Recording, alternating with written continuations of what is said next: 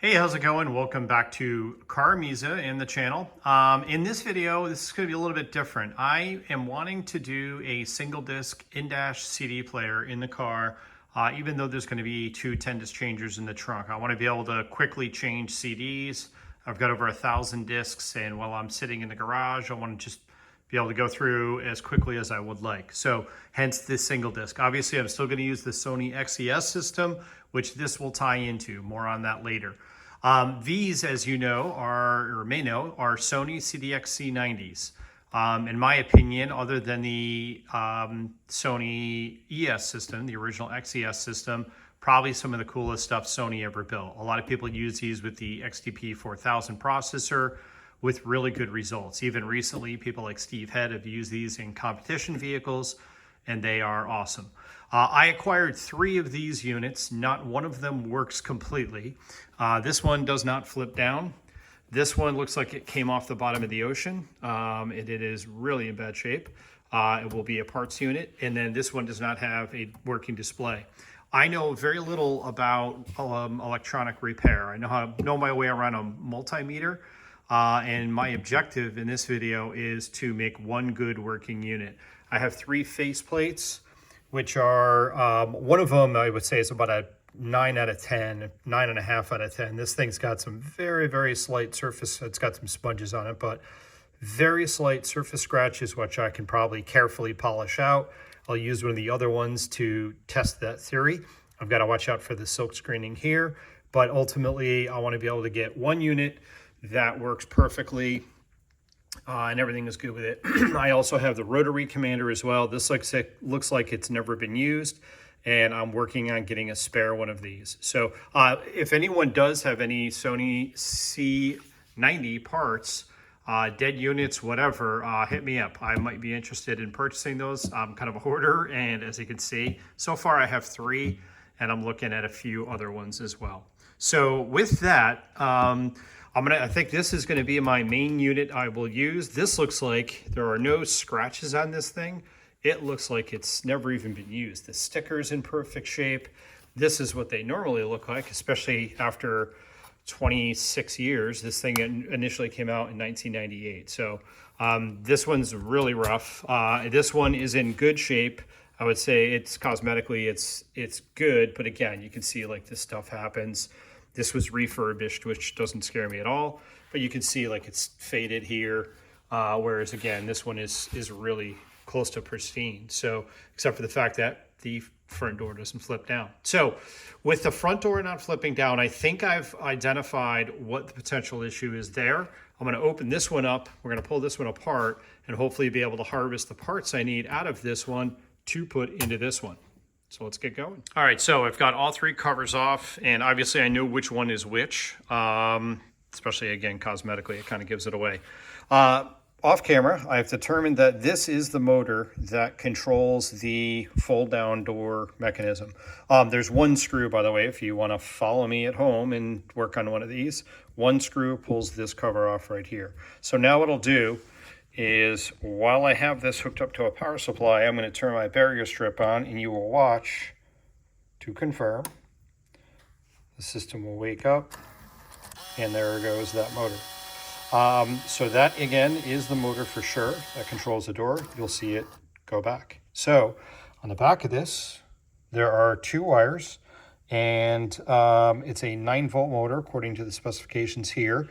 And I hooked up a multimeter here just to confirm. And when the door goes down, I've got voltage. It closes back, I've got voltage. On the suspect unit over here, I tested voltage, went to hit the door. No voltage, again, it's the power and the ground back here. No voltage coming into this. So I don't think the motor's bad, probably the logic board. My guess is this is going to be all one assembly that's going to come out. So we'll use call this one the Titanic model because that's where it looks like it came from. We're going to harvest this, hopefully very carefully, out of the Titanic model. This one, I don't really, it's beat up. You can see somebody bent up these pins. I'm just going to use this for parts, and this is not my main unit. So if I do something and wreck something, I'm not going to feel as bad. So let's see how it goes. All right, after very carefully kind of examining things, I was able to pull the entire CD transport itself out. It has plugs, as you can see in the back of the main board that goes on there. There's only one way that these can go back in. With things like this, I also, as I take the screws out, I put them back into the location I got them from, just to make sure that one goes there, that every screw goes back in the same place.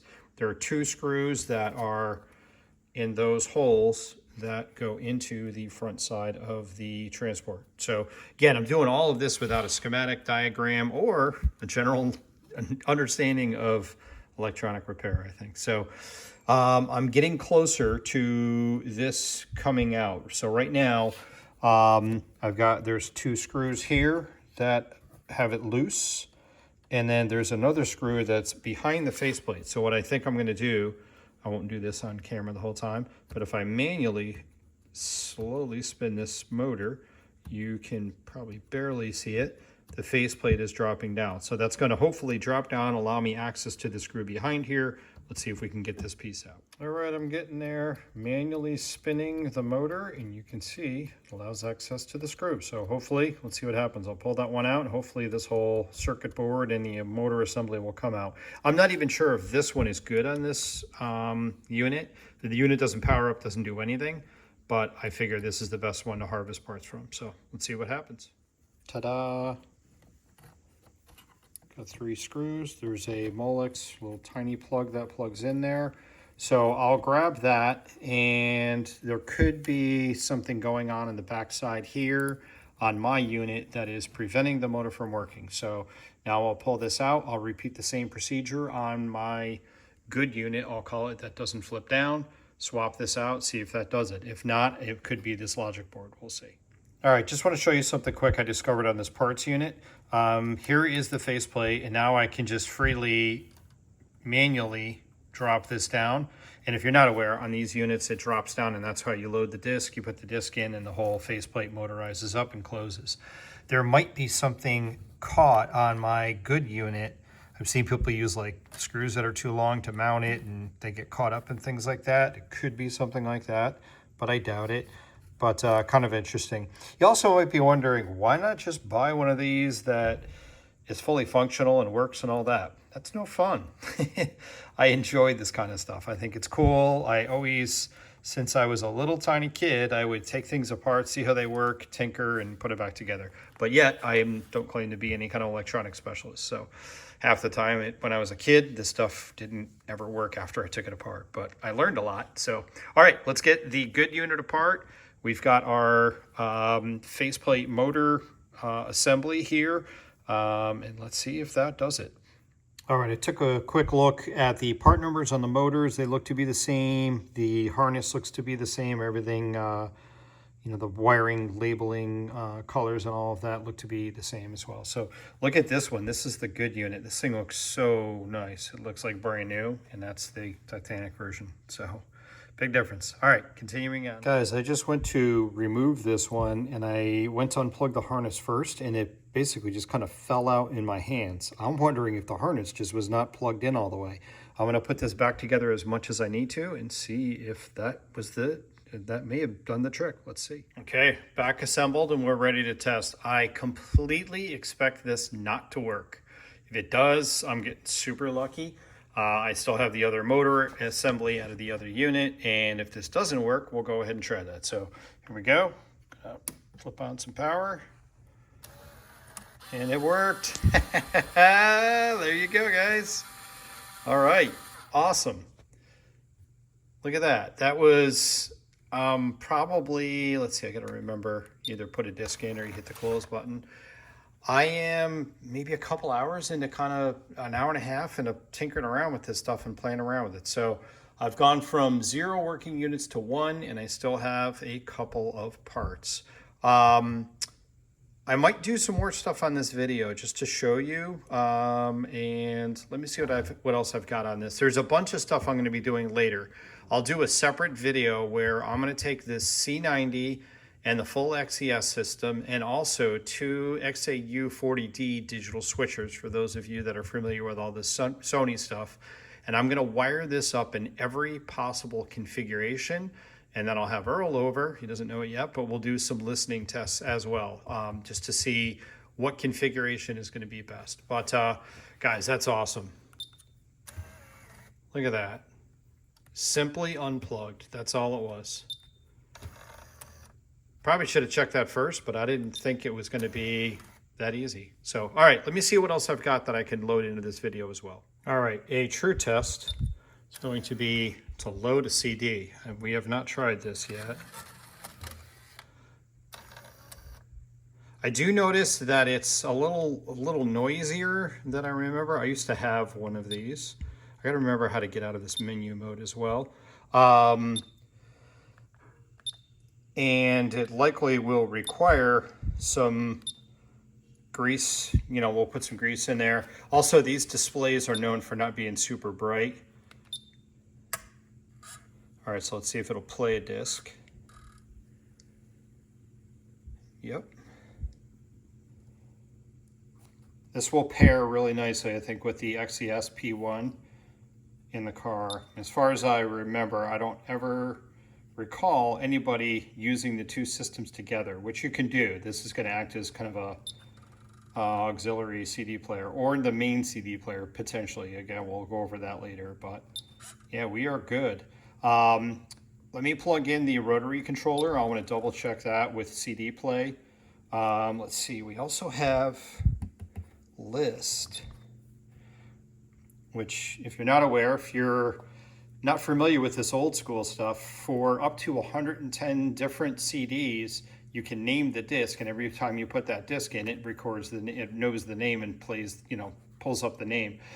On the XES system, you can actually have it recall all your EQ settings, crossovers, and everything. You can literally completely tune the car differently based on the CD, EQ, everything. You put that disc in, it remembers and recalls all that stuff. So, all right, let me grab the rotary controller. We'll try that as well. All right, this is the controller for the unit. Again, if you're trying to like collect, you know, get these, collect them, whatever, there are two of these. One for the XES Z50 system, this super rare system, and then one for the C90. They look absolutely identical, but I understand that they're not interchangeable. The correct one for the C90 is the RMX90. And for that, if you've never seen this thing, this is hefty. It's got some weight to it. This is all machined aluminum. It is, in my opinion, the coolest controller of any car audio system ever made. I had one of these in my Thunderbird Super Coupe that was featured in Car Audio Magazine back in August of 2000. And I really love this system. So yeah, this thing is working good. We can see our volume. Let's see what else we've got. Our mode. Forget what that does. Attenuate. Yeah, controller's working good. Speaking of the Sony Z50, if you're into cool Sony collectible stuff and absolute unicorns, this is probably about as unicorn as it gets. This is the custom Z50 controller with the RS-232 cable adapter, which will allow you to modify settings in the Z50 that you otherwise cannot get to. I am going to be selling this. If anyone is interested, let me know. If you've got a Z50 system, that's like the ultimate add-on, and these are so limited in production. They were super, super rare. So, all right, I'm going to play around with this unit, see if there's anything else I want to test or show you. And then I think I might try to dive into the other one, which has no illumination. Let's see if I can maybe fix that one too. So, all right, give me just a minute here. Okay, we're going to move on to the no display unit and see. I doubt I'll get that lucky again, but maybe I can see if there's anything obvious. The caps, normally on old electronics like this, electrolytic capacitors, will dry up or they'll swell and leak. I've had that happen on some Sony ES changers, and I've had to replace the caps, and after that they're fine. So this one again has no display. The ring around the volume lights up, but the actual display, which is a vacuum fluorescent, does not light up. I did try all three of my faceplates. So this is the faceplate I just showed you on the other unit. So that, you know, renders this as good. Obviously, when I put it on there, I'm not getting any display. So there is a ribbon cable underneath the actual transport. I'm going to take a look at that and kind of poke around and see if I can see anything. Again, I doubt it, but gosh, if I can get two of these things to work, it'd be great. So let's see how it goes. On my parts unit, what I'm going to do is remove the ribbon cable. So it plugs in here. If you're not familiar with these little plastic clips and you're trying to do something similar, see that little thing where my fingertip is? They lock down like that, and then take a pick tool or even your fingernail and release it like that. Do both sides, and then this comes out. This goes underneath here, and again, with my motor out, I'm able to manually push this down, and we can see that the ribbon cable goes to the back side. This plastic cover holds it in place, which is held in place with these few screws here. So I'm going to pull those off. I should be able to get the entire ribbon cable out. I'll swap it for this one, and we'll check that. This part looks fine. These contacts look good. And again, we know that the faceplates are good because they work on the other unit. If this is not it, then this is going to get quite a bit more involved for me to be able to chase down what part of the board is the control panel for the display, and that's going to get a lot more complex. But let's see what happens with this ribbon cable. Maybe again we'll get lucky. All right, the ribbon cable concept led to a dead end, and I was kind of afraid of this. So after I pulled that plastic piece off, that is the backer, if you will, there's a ribbon cable which is directly soldered to the sockets, which on this one are really mangled up. So that's not going to work. I'm not going to get into desoldering them and all of that. Looking at mine, the gooder one, if you will, this is fine, and I've got it apart, and there's no evidence. A lot of times you can see a broken trace, especially with a lot of, this flexes over the years and things like that, but there's nothing there that looks obvious or kind of scares me. So there is, however, a silver lining. I noticed that this one, this is again the one without a display, the faceplate was not really holding on very well. Take a look at this. Let's see if I can hold these up. The one on the top is the one from this unit. The one on the bottom is the one from the Titanic unit. Notice the little latch part is broken on this one, which I've seen on these. So the faceplate just kind of falls off. So this piece I'll be able to use off the parts unit and at least get this on there. So I did go through to take a little look around. There's nothing I see that's obvious. No caps look bad. I could go in with a meter and check them and start pulling them and do all that, but kind of chasing my tail there. For now, I'm going to put everything back together. I'll try it again. Doubt I'm going to have any luck with it just automatically working. And then I'll get my parts unit back together. What I'll probably do in the future is swap out the entire main bottom board and see if that does it. This one doesn't power up, so I have no idea what's wrong with that. So let me go ahead and get these both put back together, and I'll report back here shortly. All right, all three pieces are back together. No extra parts, unlike my clock radio when I was 6 years old. One other thing I found on this is quickly becoming kind of the parts unit. This piece, notice here, this is for the release of the faceplate. The spring is missing. It should do that. So we've got the one good unit. Super happy with that. If nothing else comes out of this, I ended up with one good unit out of three. I'm good with that. This one I've got back together. This is the one with no display. I have not powered this up yet. I do not expect anything. Let's give it a shot and see what happens. It opens, but still no display. As far as I can tell, it goes through this wake up phase here.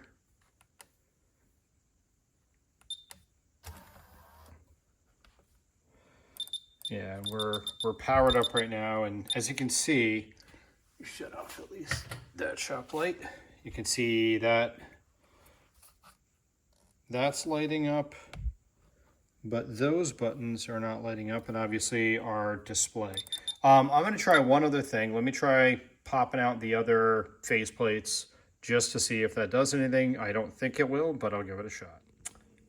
Still no dice, but interesting results here. This is the one off the Titanic unit, I call it. The rubber thing is completely missing from here, but look at the display. You've got some kind of lights lighting up there. It did the same thing when I tried it on the other unit, the good unit.